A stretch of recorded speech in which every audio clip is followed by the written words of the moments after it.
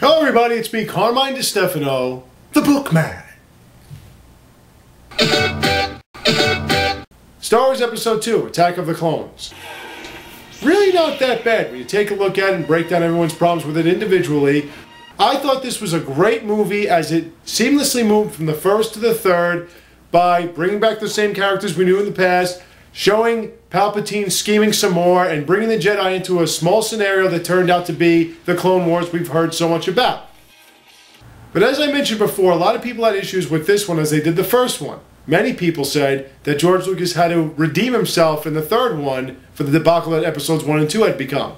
So let's take a look at these issues individually, shall we? Issue number 1. It's still boring. Many people complained that the storyline was too drawn out and focused too much on Obi-Wan Kenobi's investigation and Anakin Skywalker's personal dilemmas, that there wasn't enough Jedi action. But again, it's a peaceful republic and Jedi investigate, they don't just go into battle. And you have to see how Anakin and Padme's relationship led to their marriage. And besides, it expands on everything we learned in the first one. Like, I love seeing Yoda training the children the basics in the Force.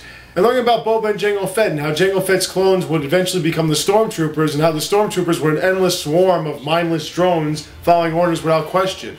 And seeing Palpatine scheme his way up to absolute power in the Senate and starting this war that tore the galaxy in two. I also love how you don't see Count Dooku to the middle of the movie and Sidious to the end of the movie playing into the secretive Sith. And what about the lineage, seeing Anakin Skywalker meeting up with Uncle Owen and Aunt Beru and sitting in the same seat that Luke Skywalker did in Episode 4? Or learning about the origins of the Death Star, and seeing Anakin's bond to his mother leading to his uncontrollable rage. And these interactions were so important, like Anakin and Palpatine in the Senate office, or Obi-Wan Kenobi and Count Dooku, where Obi-Wan Kenobi shows everyone how you don't turn to the dark side. You must join me, Obi-Wan. I will never join you, Dooku. See, kids? That's how you do it! And you gotta love the seismic charges.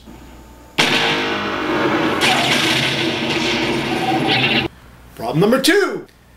Anakin and Padme's chemistry. A lot has been said about how Padme and Anakin's awkwardness was just too much for them to logically fall in love with each other.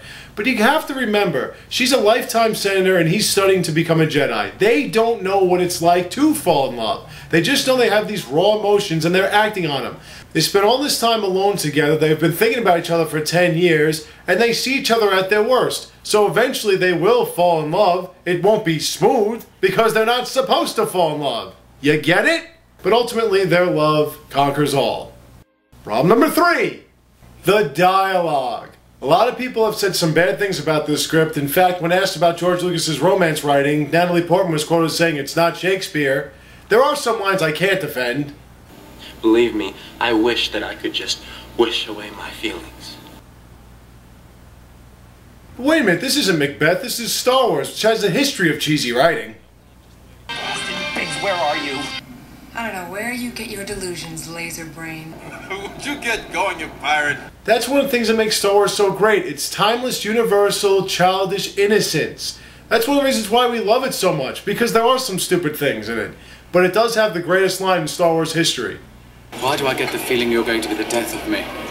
And in Anakin's defense, if you're 19 years old, never talked to a woman before, and you're trying to get with a 24-year-old that looks like this, I'd like to see how cool you sound. Good call, my young Padawan. Thanks, Obi-Wan! And that leads to problem number 4. Hayden Christensen's performance. We all had our ideas as to who we wanted to pick for this part. I know I did.